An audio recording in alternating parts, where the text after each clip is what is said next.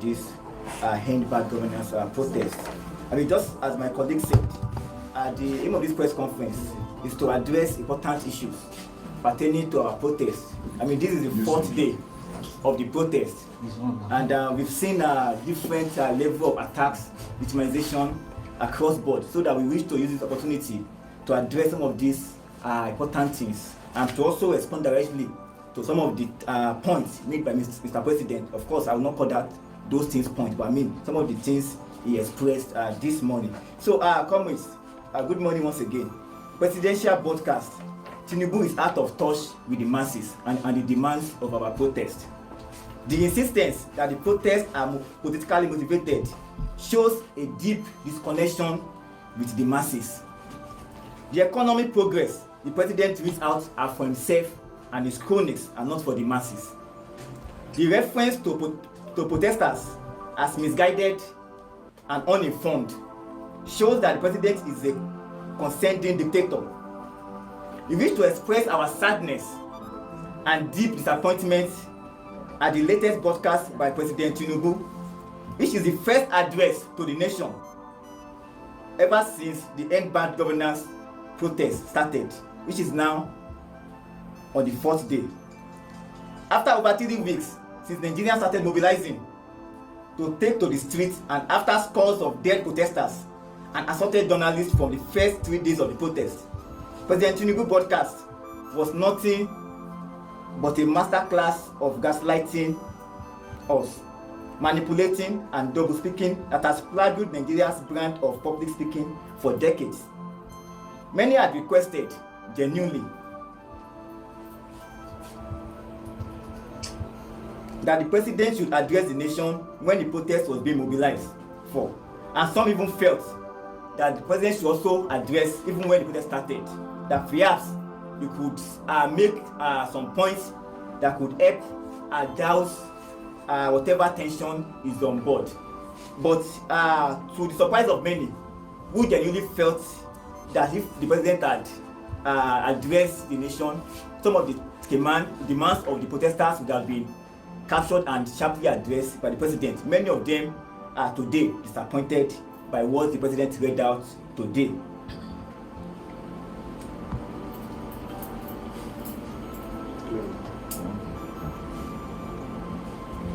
The president only justified state of violence on protesters because we all read out when the president tried to make it appear like what happened in the last 3 days.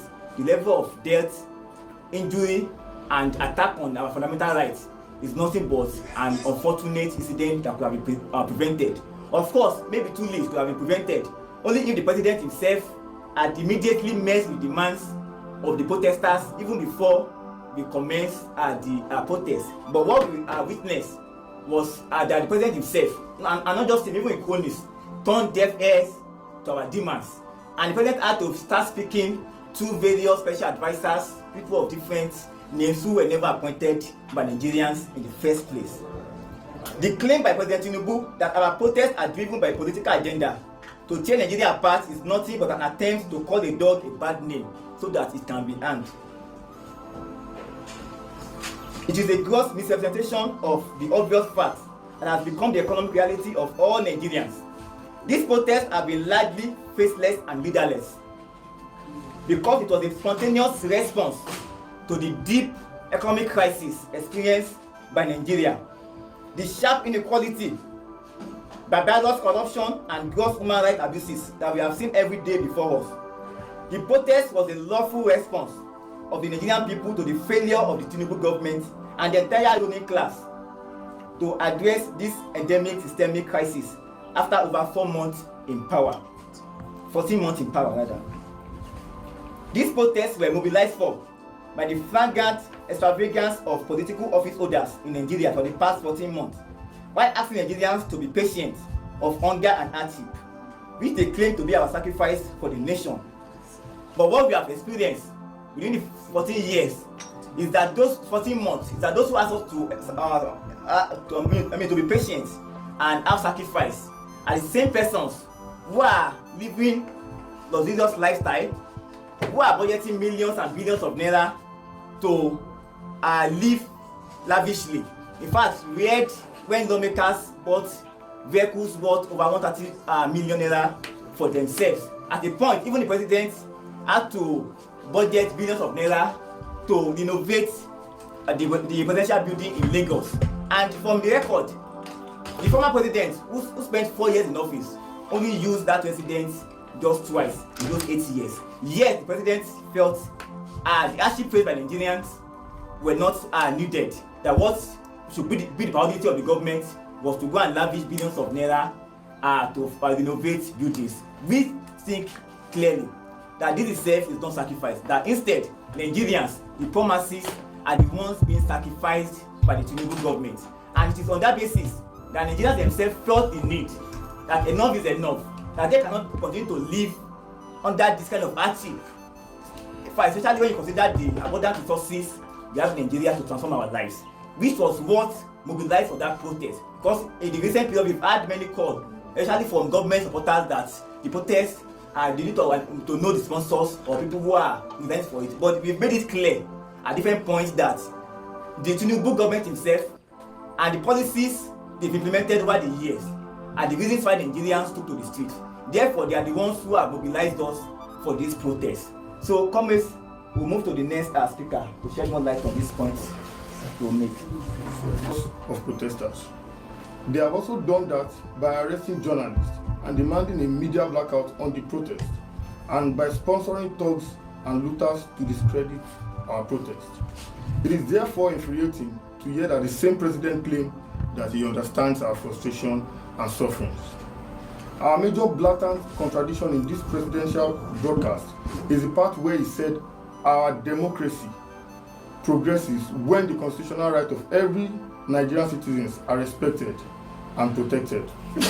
The actions of Tinubu's administration have been direct opposite of his statement, because they have been arresting journalists and protesters even before the mobilization for this recent protest started. These actions that are outrightly contradicting and undermining the constitutional rights he claimed to uphold. His administration has blatantly disregarded International Human Rights Convention. Yet he said in the broadcast that the security operatives should continue to maintain peace, law and order, following the necessary conventions of the human rights, to which Nigeria is a signatory. If this is not of this establishment, because as long as you keep having poor people around you, then even you are not safe.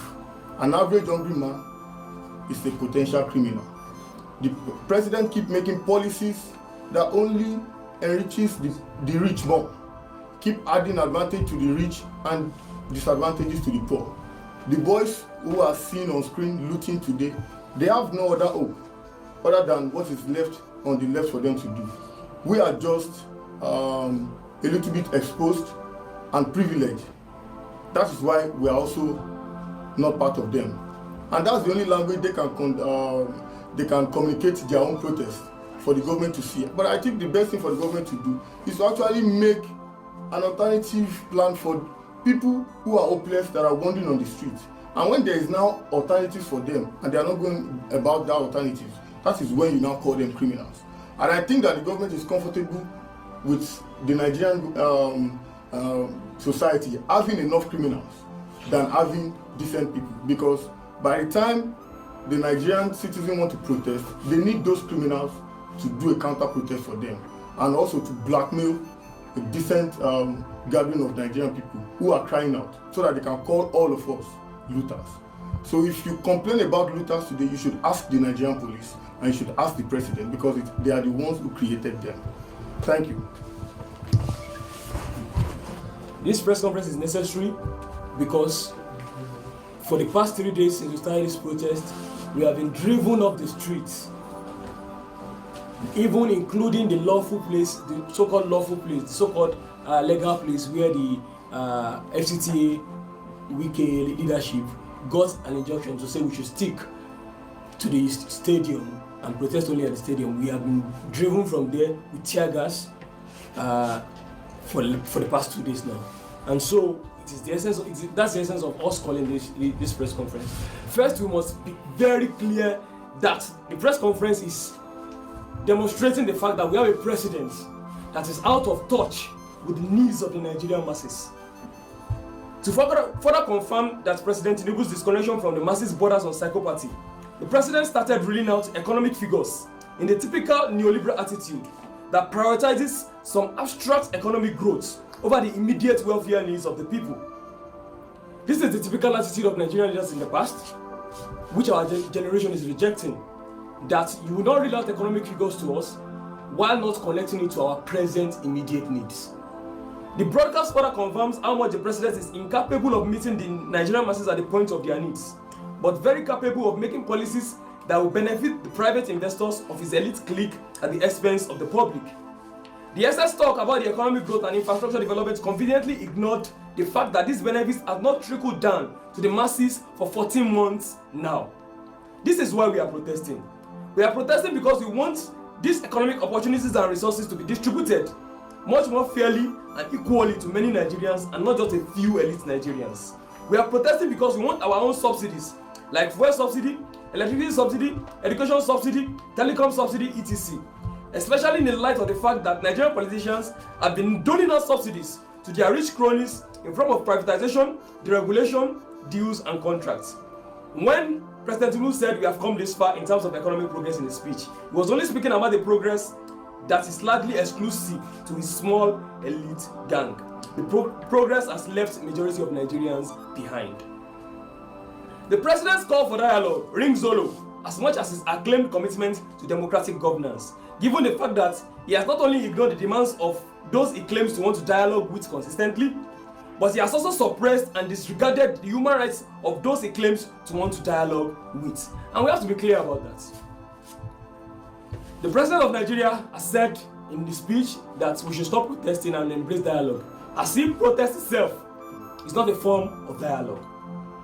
And one thing we must be clear about is that the assault on Nigerians, it has become very usual, very common that we disregard it. We don't see it as a big deal. For the past 4 days now, except today, I have had to face tear gas despite being an asthmatic. And it was just this morning that I could afford the money to buy an inhaler. And that's because in Nigeria today, to buy an inhaler will cost you 8,250. That's the cheapest inhaler in the market. And that's why we are protesting. We are protesting because the first aid for a common sickness is 8,250 naira. In a country where the last minimum wage is 30,000 naira and they are here to start paying the 7,000 naira minimum wage. Comrades, they were injured, attacked, and 21 Nigerians that were killed on the first day of this protest. They are not just numbers, they are human beings like us who have died because they joined the struggle to make their country a better place. They are voiced out to make their country a better place. Our president in that speech spoke over the head of all of that. And we need to be enraged about that. His administration has arrested, maimed, and killed the hungry Nigerians who are the backbone and the soul of this protest. Yet he claims to want to dialogue with protesters. Is the president a necromancer, open to dialogue with ghosts? How can an administration who is directly responsible for almost all of the violence and destruction that has plagued this protest lecture us on how we must not let violence and destruction tear our nation apart? The president has tried to make us look like we are the violent ones. But every day since we've been organizing, the violence has been incited by the Nigerian police, the DSS, the soldiers, and the civil defense. And we are saying that as Nigerians, we should not have to beg, we should not have to explain ourselves before we express our right to protest. The president's broadcast is dismissive and condescending to the people he claims to serve. The implicit claims that we are misguided and uninformed shows that he is unaware of our role as citizens, which is to inform and guide him on the issues that matters to us. The issue we met on ground in Nigeria has been that we have had a country where we praise our leaders as if they are not our servants. We believe it